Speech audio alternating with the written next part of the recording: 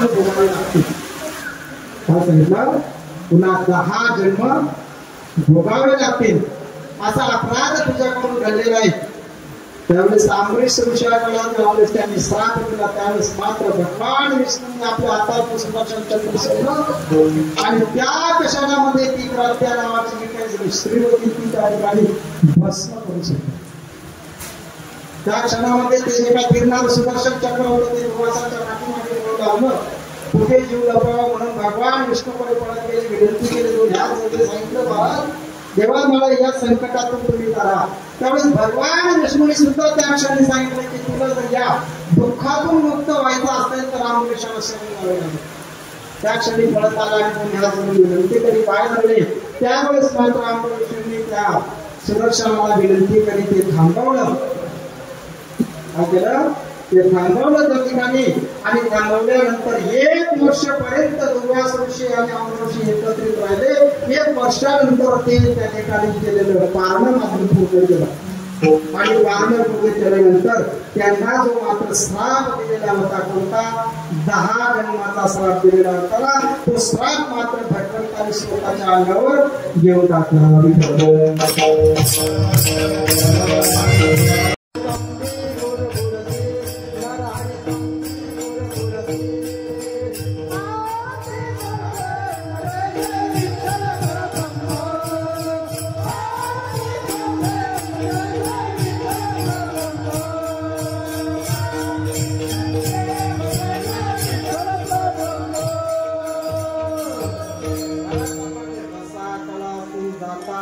पृथ्वी पाठीवर घेसी परोपकारासाठी देवा कसब झालासी. दाडे धरुणी पृथ्वी नेता वरहा रूप होसी प्रल्हादा कारणी कशासाठी या अवतार भक्तासाठी भगवान परमात्म्याने घेतला. त्यावेळेस मात्र या ठिकाणी जगद्गुरु तुकोबारे सांगतात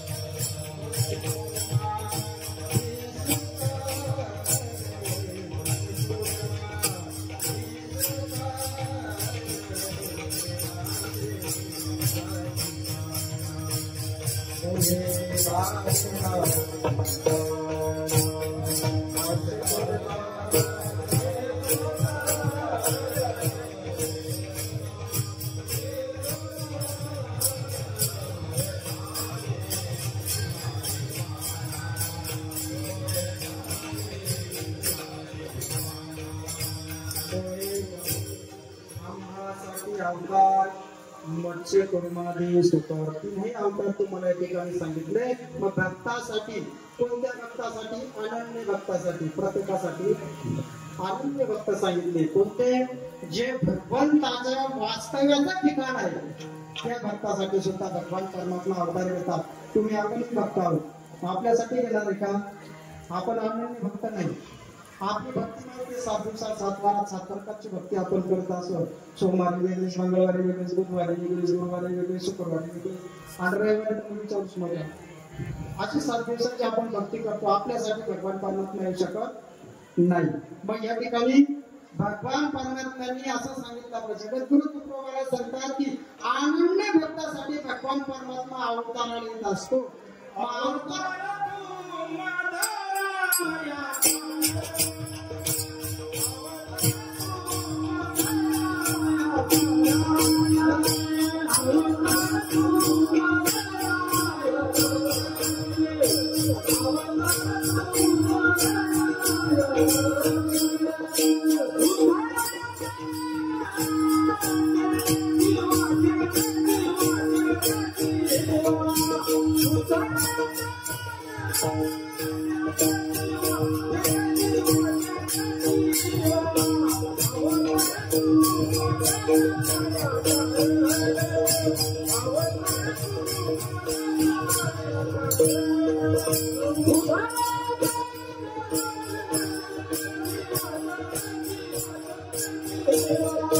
Thank you.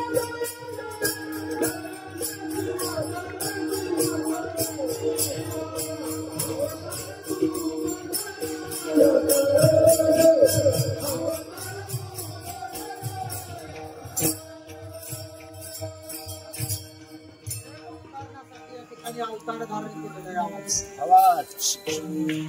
जगद्गुरु तुकोबाराय म्हणतात की स्वतः भगवंताला अवतार घ्यायचं काय कारण असतं, अवतार घ्यावा लागतो कशासाठी, अनन्य भक्तासाठी भगवान परमात्मा अवतार घेतात. मग कोणते कोणते अवतार घेतले तुम्हाला या ठिकाणी सांगितले, कोणते मत्स्यकुर्मादी तीनही अवतार सांगितले.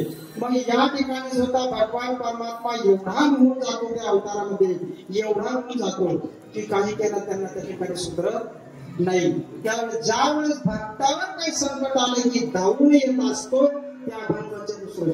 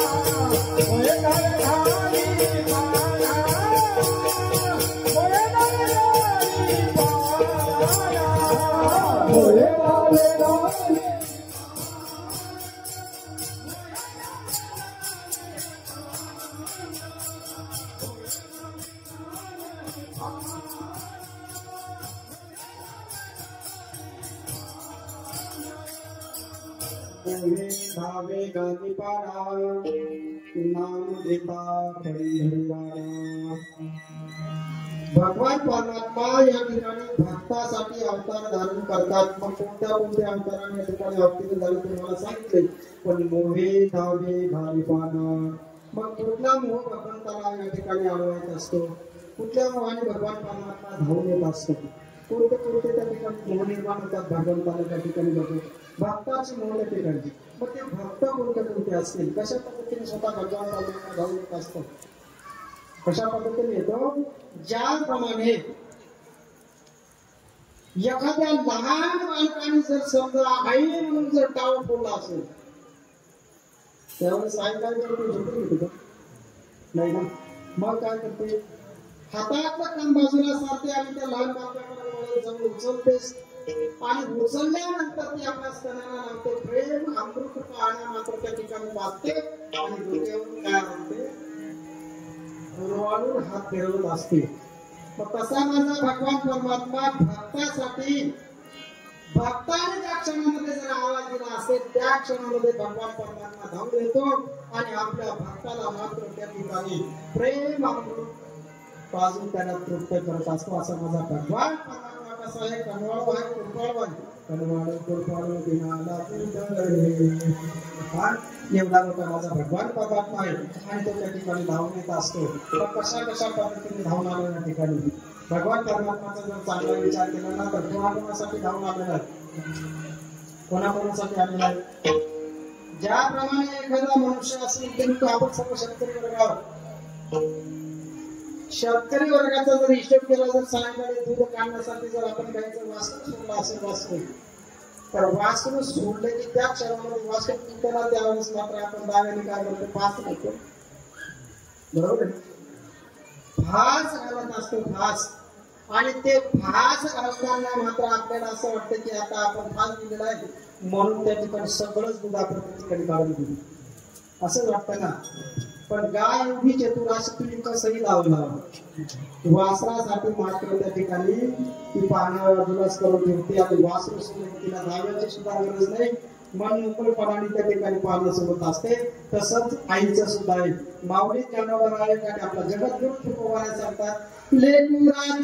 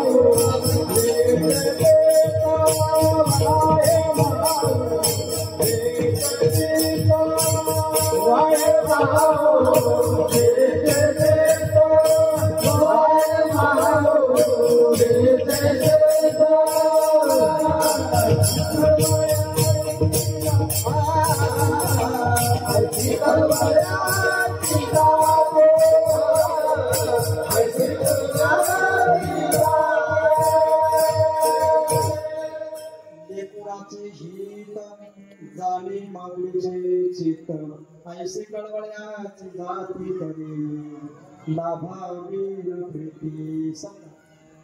कधी आईला असं वाटतं का त्या मुलाला जर पाजलं तर आपल्याला काही लाभ मिळेल, काही फायदा होईल असं वाटतं का? मुलाला पाजल्यानंतर काही लाभ, 2 लाख रुपयाची आपल्याला संपत्ती मिळेल नाही ना. करी लाभावी कुठलाही लाभ तिच्या मनात राहत नाही, फक्त प्रेम त्या ठिकाणी लागतं. आणि त्या प्रेमामध्ये ती प्रेमपणे आपल्या मित्राला काय करते, पाजत असते. तसा माझा भगवान परमात्मा भक्तावर एवढा मिळतो, कुठल्याही संकट काळामध्ये मात्र त्या ठिकाणी लावून येत असतो. जसं गाईचं वासरू जर समजा घरी बांधलेलं असेल आणि त्या गाई जर जंगलामध्ये गेल्या असतील, देवीचं वनांतरी त्याचे चिंता असेल बायका पडली काय, त्या वासराकडेच तिचं रात्र चिंता असतं. तसं आईचं सुद्धा असतं, लेकराकडेच मात्र तिचं चिंता असतं. तसा माझा भगवान परमात्मा या ठिकाणी काय करतो, भक्ताच्या सान्निध्यात राहत असतो. मग भक्त कसे असतात, भक्ताच्या ध्याना मनामध्ये सुद्धा भगवान परमात्मा झालेला असतो. रात्रंदिवस भगवंताशिवाय त्याला काही सुचत नाही. का, त्यांचा एकच विषय झालेला असतो, एका विषय सगळ्यांचा.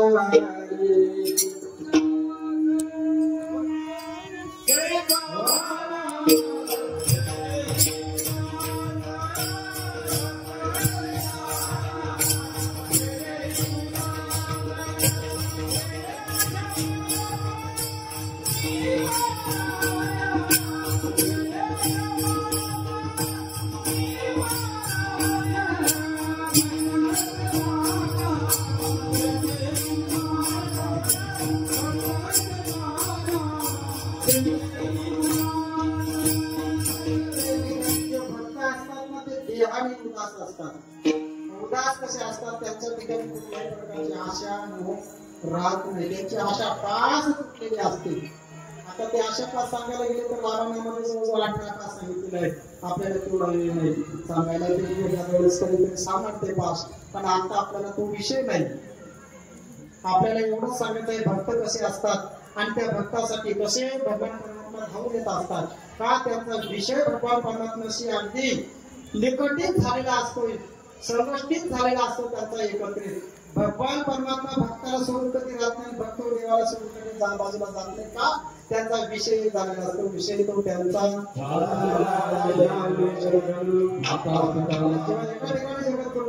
एका ठिकाणी सांगतात, एका विषय तो सकळांचा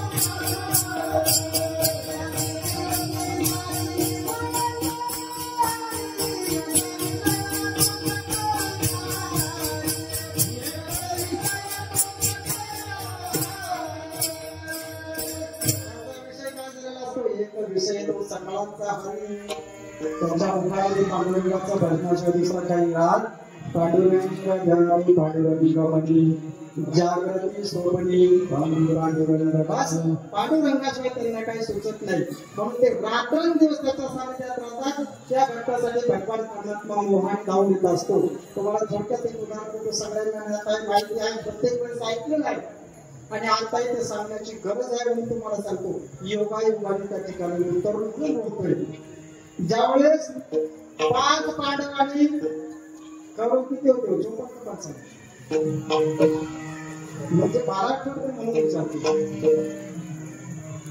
100 करोड होते बरोबर ना 100 करोड त्यांना एक बैल होते तिचं नाव होते दुशीला आणि ज्यावेळेस कौरव आणि पांडव धूत खेळ खेळत असताना कौरवांची सर्व संपत्ती मात्र पांडवांची सर्व संपत्ती कौरवांनी काय केली हरवून घेतली धर्मराजाने आपले 4 भाऊ पणाला लावून टाकले आणि 4 भाऊ पणाला लावले आता ती हरला आणि शेवटी आपली जी पत्नी होती द्रौपदी सुद्धा मात्र त्या ठिकाणी पाण्याला लावली हरवली कांता केली उपाधी काय सांगितलं हरवली कांता केली उपाधी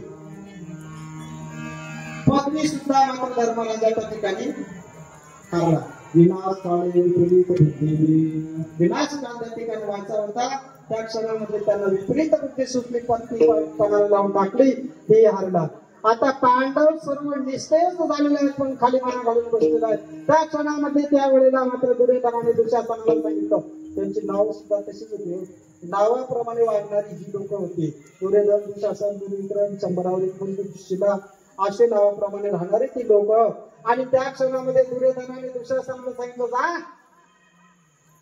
ज्या महिन्यामध्ये द्रौपदी आहे तिला आपल्या ठिकाणी येऊ नये तिला सांग एक तर माझी फक्त माझी म्हणून माझ्या मांडीवर बस असं माझं त्या ठिकाणी जाऊन प्रश्न होता त्यावेळेस दुःशासनाने माघार केलेला आहे माघार गेल्यानंतर मात्र त्या द्रौपदीला हात लावणार त्यावेळेस सांगितलं माझ्या अंगाला हात लावून नकोस एक रजस्वला स्वरूपाचा एक वस्त्र धारण केलेला आहे म्हणून माझ्या अंगाला तुझा स्पर्श करण्याचा या ठिकाणी चालणार नाही त्यावेळेस त्याने सांगितलं हे आपली तुला आम्ही धुतात जिंकलेला आहे आता तू एक वस्त्र परिधान केलेला आहे का 10 वस्त्र परिधान केलेलं आहे का मी वस्त्र आहेस हे आम्हाला माहित नाही पण आता आमची मात्र तू दासी झालेली आहे आम्ही तुला जसं सांगू तसं तुला या ठिकाणी वागावं लागेल त्या क्षणी त्याने केस पकडले आणि उडत मात्र बसवे ताणले आणि बसवे ताणल्यानंतर सगळं कृपाचार्य बसलेले होते भीष्माचार्य बसलेले होते आणि वीर महावीर थोर त्या ठिकाणी बसलेले असताना जवळ उडत लिहिलं पण त्यांना सुद्धा काही बोलता आलं का ज्याची भावी काळी याचीच वाजवावी थोडी का काळी म्हणजे बोलले तुम्हाला कळत नाही का आम्ही ठेवलं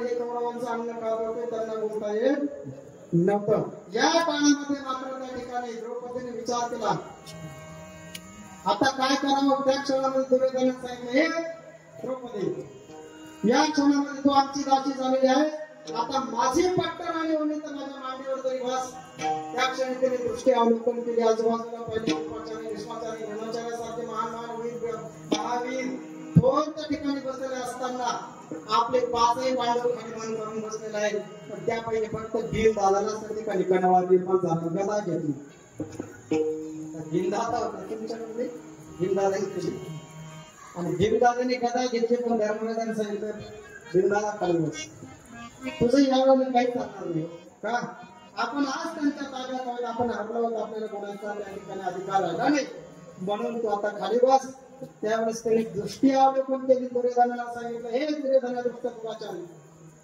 अरे मी तर तुझ्या मांडीवर बसणार नाहीत नाही पण भीमाची गदा बसल्याशिवाय राहणार नाही आणि गदा बसली की त्या मांडीतून जे रक्त निघेल त्या रक्ताने माझी मोकळी केलेले केस तुझ्याशिवाय राहणार आणि त्या क्षणामध्ये त्या दुर्योधनाला त्यावेळेस राग आला आणि रागाने दुःशासनाला सांगितलं फेरीचे वस्त्र त्यावेळेला मात्र दुःशासन उठून तिचं वस्त्र फेडायला सुरुवात केली आता वस्त्र फेडणार त्या क्षणी त्यांनी विचार केला की आता बसलेल्या मंडळीपैकी मला या ठिकाणी संकटातून कोणी सोडू शकत नाही त्यावेळेस भगवंताची विनंती करू लागली काय करू लागली हात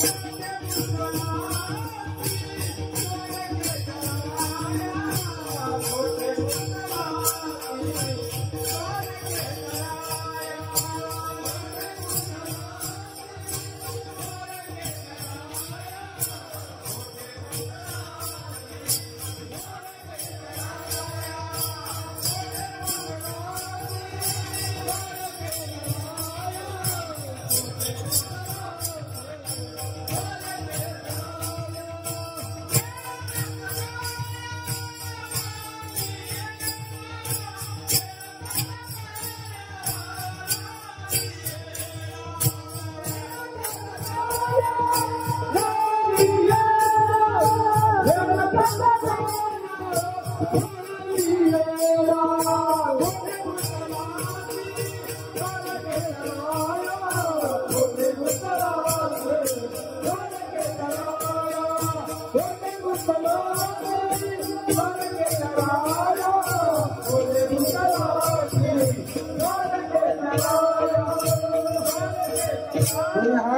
करून मात्र विनंती करू लागले पांडुरंगाचा धावा करू लागले काय हतोष्टवाणी वदने द्रौपदी चिंती ओ हरे गोविंद माका वासिवन कमलोगुणी कुंजनासी केशवरी हे नाने वज्रनाथनाकारती नाटदर्शनानी विनंती करू लागले भगवान परमात्म्याच्या नुसता कानावर आवाज गेला त्यावेळेस भगवान परमात्मा जेवणाचा ताट घेऊन बसलेला होता अशा वेळेला मात्र त्या ठिकाणी कानावर आवाज गेला भक्ताचा त्या क्षणी जेवणाचं ताट बाजूला सारला आणि तुझ्या भक्ताला आमंत्रित केलं चला लवकर त्या क्षणामध्ये मात्र भगवान परमात्मा गरुडावर आरूढ झाले पण इकडे मात्र भक्त भगवंताच्या क्षणभर सुद्धा थांबत नव्हता त्यावेळेला गरुडाचा वेग देखील त्यांना कमी पडला गरुडाला बाजूला सारला आणि त्वरित त्या भक्ताजवळ उभा राहिला काय परा झाली गरुडा तागेले मागे परा झाली म्हणजे भगवंताला एवढी काही झाली की त्या गरुडाला बाजूला सारला आणि स्वतः त्या ठिकाणी द्रौपदी जायला लागली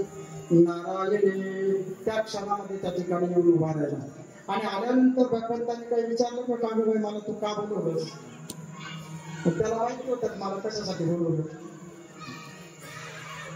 माहितीये का देवाला नाही ना भगवंताला तुमच्या उदर कळत सांगता कळते अंतर विष्णी विषंबर परिहाराची मदती भगवंताला तुम्ही काय करता ते फोन पडलं त्याला कळत असतं मग संकटात कोण आहे त्यावेळेला मात्र माझा भगवान परमात्मा त्या ठिकाणी झाला त्यावेळेस विचारलं देवा एवढा उशीर कालाला त्यावेळेस सांगितलं कोणी गुंतवासी द्वारकीच्या राया देव का सकया दावीला त्यांनी सांगितलं द्रौपदी अगं तू मला बोलवलं ना हो मग कुठून बोलवलंस गोविंद द्वारकावासी ना कुठून बोलवलं द्वारकेवरून तू मला आवाज दिला ना अगं द्वारके जर हस्तिनापुराचा आमची दिल्ली 1000 किलोमीटरचा अंतर आहे कसं एवढं लवकर येणार तू जर माझा अंतर्यामी या ठिकाणी धावा केला असताना तर इथेच प्रयोग झाला असतो इथेच होतो मी पण इथून मला द्वारकेला जावं लागलं म्हणून वेळ झाला असू दे पण आता तुम्हाला या ठिकाणी बोलवलं भगवान परमात्मा त्या ठिकाणी भावतीर्ण झाले भगवंताने विचार केला की आंधळ्याची आवाज कोणाची आंधळ्याची म्हणजे कोणत्या आंधळ्याची आपले आंधळ नाही धृतराष्ट्र हा आंधळा होता त्या आंधळ्याची आवाज आहे कृष्ण दुराचार्य आहे ही मात्र वस्त्र केल्याशिवाय राहणार नाही कौरवी पांचाली सभेमध्ये आलेली वस्त्राने वस्त्रे घ्यायची मानली त्या क्षणामध्ये माझा भगवान परमात्माने विचार केला की आता याला वस्त्र पुरवण्यापेक्षा आपण सुद्धा वस्त्र झालं पाहिजे का आपण सुद्धा या ठिकाणी वस्त्र झालं पाहिजे स्वतः भगवान परमात्मा अंबर रूपाने त्या ठिकाणी प्राप्त झाला आणि प्राप्त झाल्यानंतर दुशासन मात्र त्या ठिकाणी ते वस्त्र फिरत आहे त्या नारायणाला एवढं हेच कळत नव्हतं त्या काळामध्ये का नारीने साडी का साडीने नारी ते कळत नव्हतं नारीने साडी का साडीने नारी हेच त्याला त्या ठिकाणी कळत नव्हतं त्यावेळेस द्रौपदी म्हणू लागली मोहे म्हणतात मोहे धावे घाली पाडा नाम घेतात त्या क्षणामध्ये भगवान परमात्माचं जर चिंतन केलं तर काही क्षणामध्ये भगवान परमात्मा आपल्या भक्तासाठी धावून येत असतो आपल्याला अनेक उदाहरणं अनेक या ठिकाणी प्रश्न सांगता येतील वेळ आपली संपुष्टात आलेली आहे आपल्याला मला वाटतं 10 मिनिटं बाकीला दिल्या आणि 10 मिनिटात अजून 4 आपल्याला चरण सोडायचे आहेत थोडक्यात मी तुम्हाला ह्या चरणापासून शेवटच्या चरणापर्यंत पोहोचवतो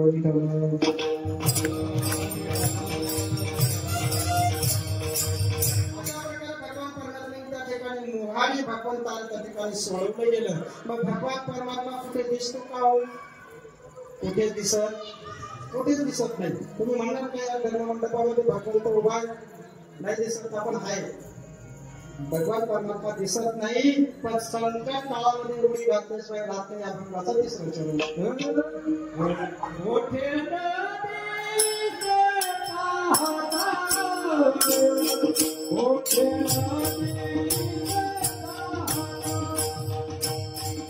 Okay.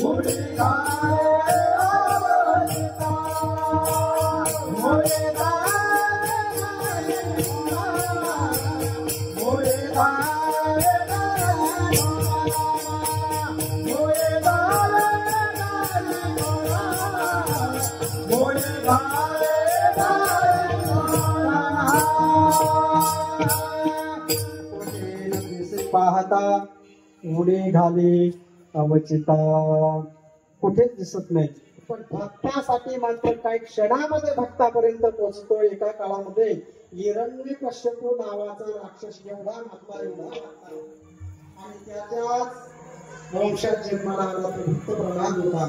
आणि तो भक्त प्रल्हाद जन्माला आल्यापासून भगवंताचा नामचिंतन करत होता. त्या काळामध्ये ते हिरण्यकश्यपूने त्याला सांगितलं, बाबा त्या विष्णूचं नाव तू घेऊ नको का, तू माझा का मित्र आहे का, तू शत्रू आहे ना माझा, मग त्याचं नाव तू घेऊ नकोस. त्याचं जर नाव घेतलं ना तर मला डायरेक्ट तुमच्या डोळ्यासारखं होतं, बाबा तू त्याचं नाव घेऊ नको. तो काही काही ऐकत नव्हता, ऐकत नाही. प्रयोग केलेले होते किती 11 प्रयोग करून सुद्धा तू मात्र प्रल्हाद मरत नाही. आणि मरत नाही कारण त्याला देव जर जाणवत असेल तर त्याला मारणारा कोण या जगामध्ये देवता त्याला कोण मारली. मग मारणार तर त्याच्यासाठी कोण पैदा होणार आहे, कोणीच नाही. त्याने जोराने विचारणार आहे प्रल्हाद सांग तुझा विष्णू कुठे. त्यावेळेस सांगितलं प्रल्हादाने, बाबा अरे माझा देव कुठे नाही.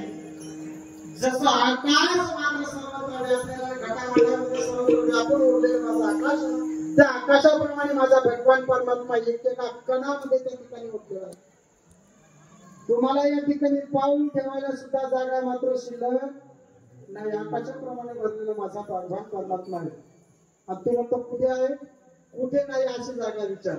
कुठे आहे असं मला विचारू, सगळ्या ठिकाणी आहे. विठ्ठल जवळ स्थळी भरला विठ्ठल.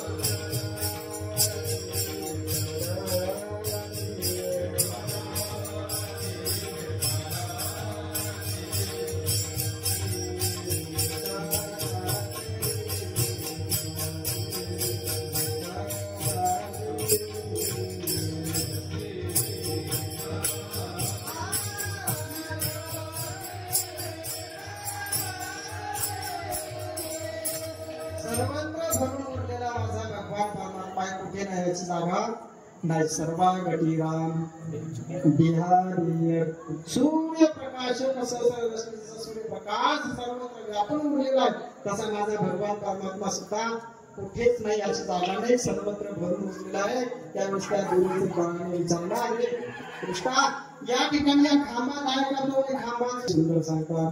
एका जनार्दनी सांगितली मान खांबावरीला मारे तसे, कामावरीला मारिल्या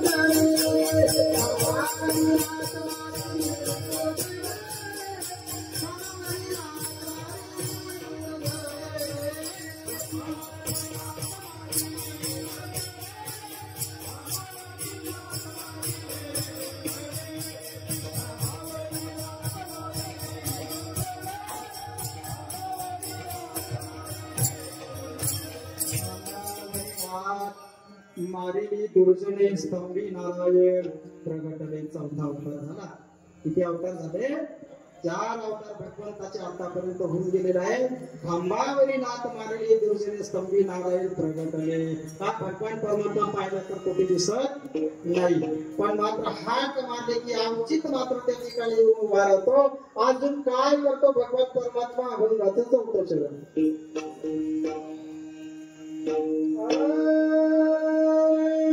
सुख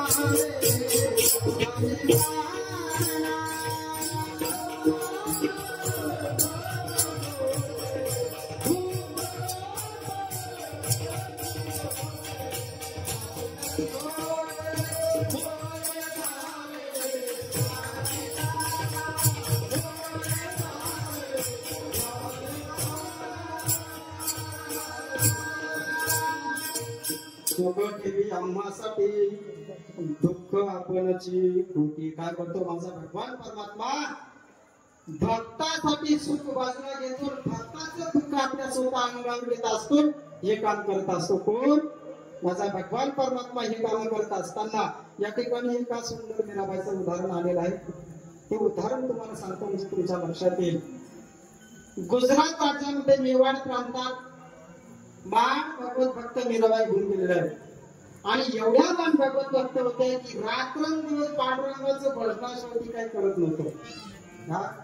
श्रीकृष्ण गोविंद हरे मुरारी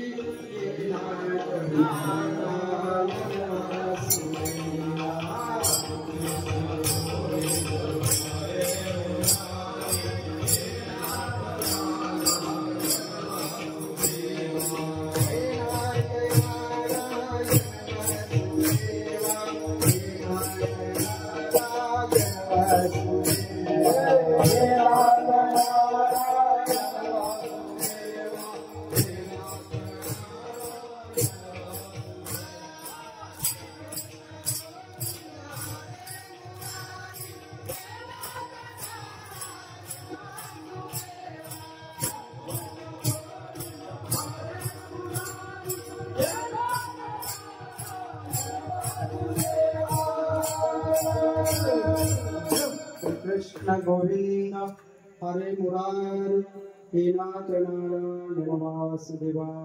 रात्रंदिवस पांडुरंगाचं भजन चालू होतं. आईने सांगून पाहिलं, आता तू उठवण झालेली आहेस, आता तुझं लग्न करावं लागणार, आता तू हा विषय सोड, तुझं लग्न होणार नाही आणि सासरी जर गेली तर तुला नांदवणार सुद्धा नाही, म्हणून तू आता मात्र इथं थांबलं पाहिजे. पण आईचा ऐकत नाही, बापाने सांगून पाहिलं, बापाने नाही, सगळे सोडे नातं होतं, जेवढं असेल तेवढ्यांनीच सांगून पाहिलं. काका मावशी असतील, आत्या मामा असतील, प्रत्येकाने त्या मीराबाईला सांगून पाहिलं, पण तिचा एक विषय झालेला होता. रात्रंदिवस मात्र भगवंताचं भजन मात्र ती सोडत होती.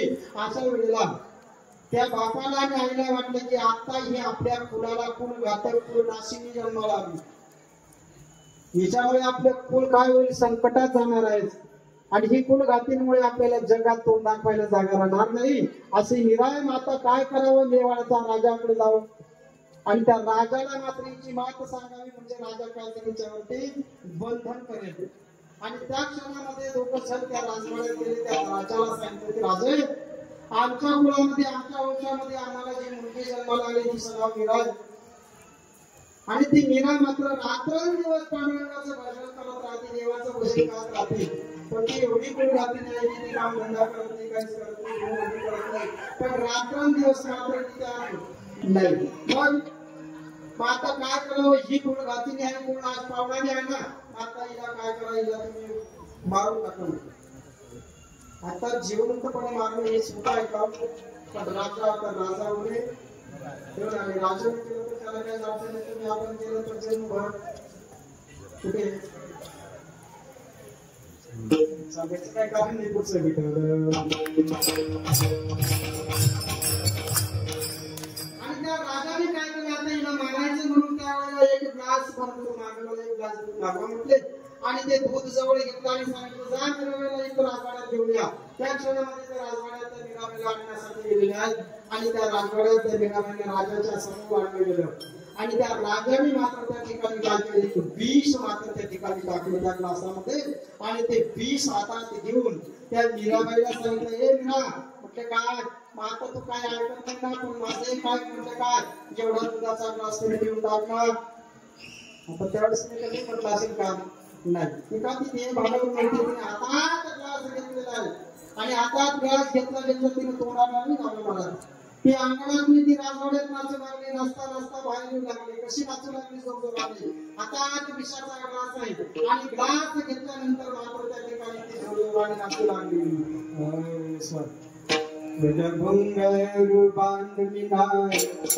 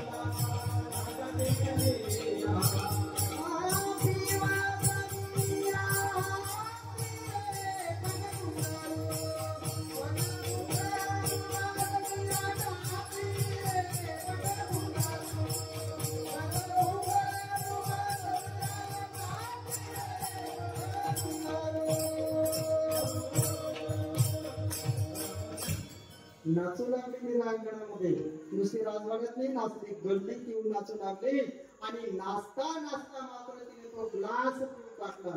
मग काय म्हणजे का विषाचा प्याला होता विष का प्याला राजाजीने भेजा पिवत मीना हसी प्रग घुंगरू काय नाचता नाचता मात्र त्या क्षणामध्ये त्या मीराबाईने तो विषाचा प्याला पिऊन टाकला आणि पिल्यानंतर मात्र काहीच त्या ठिकाणी बाधाही मीराबाईला झाली नाही.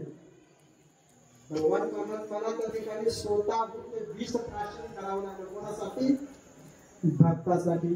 नाही बाधा झाली तयाचे ते वेळी नाही बाधा झाली तयाचे ते वेळी आणि मूर्ती झाली काळी देवाची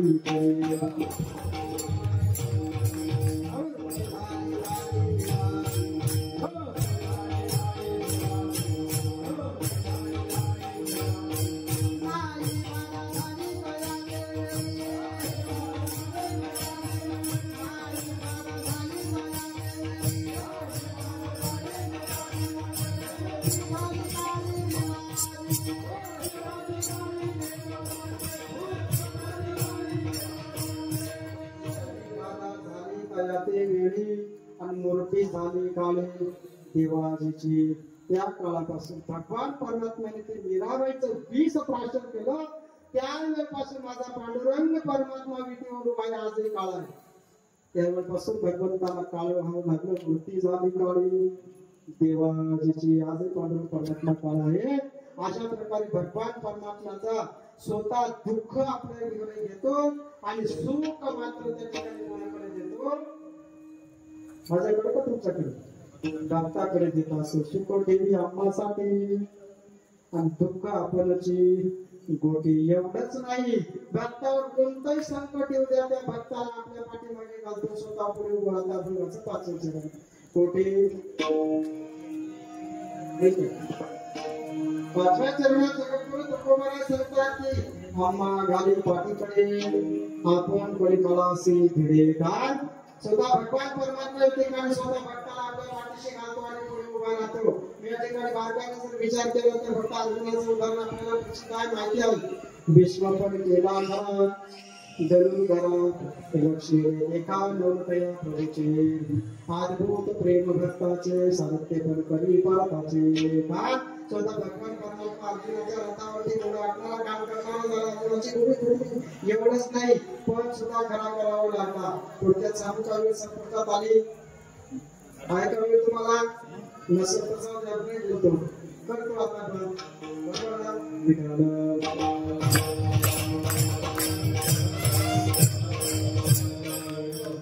बायको पाठीशी घातला मोकळा केला. म्हणजे स्वतः भगवान परमात्मा आपल्या भक्ताला पाठीमागे करतो आणि स्वतः पुढे उभा राहत असतो आणि त्या भक्ताचं कार्य मात्र करत असतो. का कशा पद्धतीने रक्षण करत असतो. ज्याप्रमाणे बाह्य जे काही विकार आहे त्या विकारापासून स्वतः भगवान परमात्मा भक्ताचं रक्षण करतो तसं अंतरामध्ये सुद्धा काम करतो.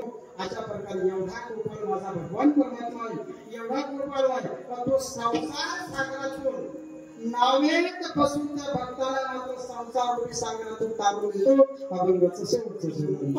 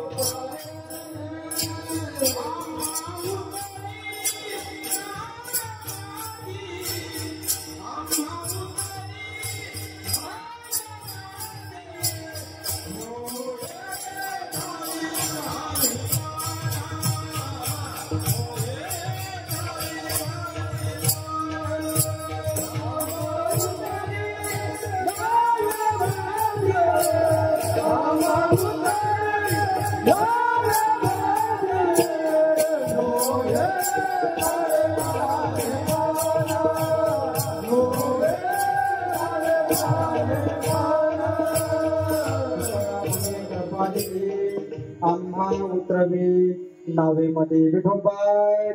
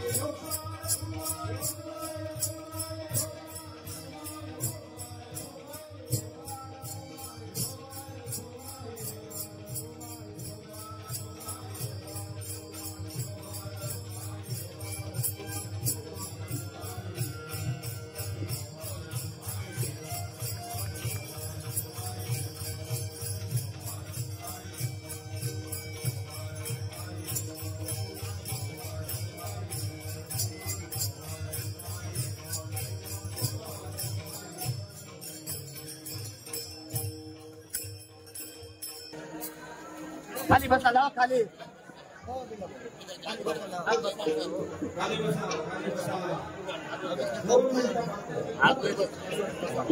कुठे जाईल